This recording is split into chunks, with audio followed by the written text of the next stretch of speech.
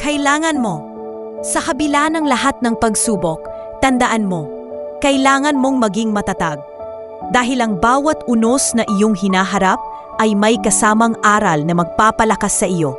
Kailangan mong maging masaya.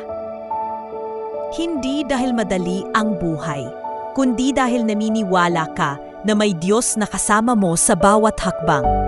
Ang tunay na kasayahan ay hindi nakabase sa kung ano ang hawak mo ngayon, kundi sa kung sino ang iyong pinaniniwalaan.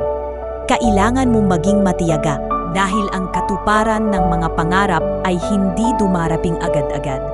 Ang mga ito'y parang binhing itinatanim.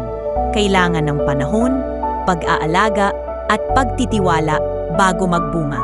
Igit sa lahat, kailangan mong makipag-usap sa Panginoong Hesus. Sa panalangin mo, huwag kang magsawa.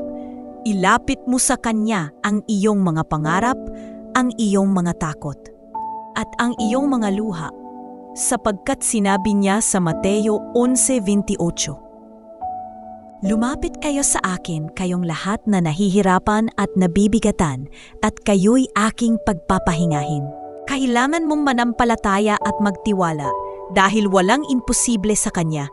Kahit gaano kahirap ang iyong sitwasyon, kaya niya itong baguhin sa isang iglap kung ito'y ayon sa Kanyang plano. Ang mga pangarap na hinihintay mo, oo, darating din yan sa oras na ipinakda ng Panginoon. Huwag mong isipin na nakakalimutan ka niya kapag matagal dumating ang kasagutan. Hindi. Ang totoo, inihahanda niya ang pinakamaganda para sa iyo, sapagkat ayon sa Jeremias 29:11, "Sapagkat batid ko ang mga plano ko para sa inyo, mga planong hindi ninyo ikakasama, kundi ikabubuti ninyo, mga planong magbibigay sa inyo ng kinabukasan na puno ng pag-asa." Kaya mga kapatid, huwag kang bibitaw.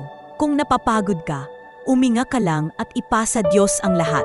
Ang laban mo ay hindi mo kailangang akuin ng mag-isa. May Diyos na lumalaban para sa iyo. Paalala, ang tagumpay ay hindi nasusukat sa bilis ng iyong pag-abot, kundi sa tibay ng iyong pananalig habang naghihintay. Kaya't patuloy kang umasa, magtiwala, at maghintay sa tamang panahon. Dahil ang Panginoon, hinding-hindi Kanya iiwan ni pababayaan. Shoutout sa inaanak ko, si Princess De Leon Pimentel.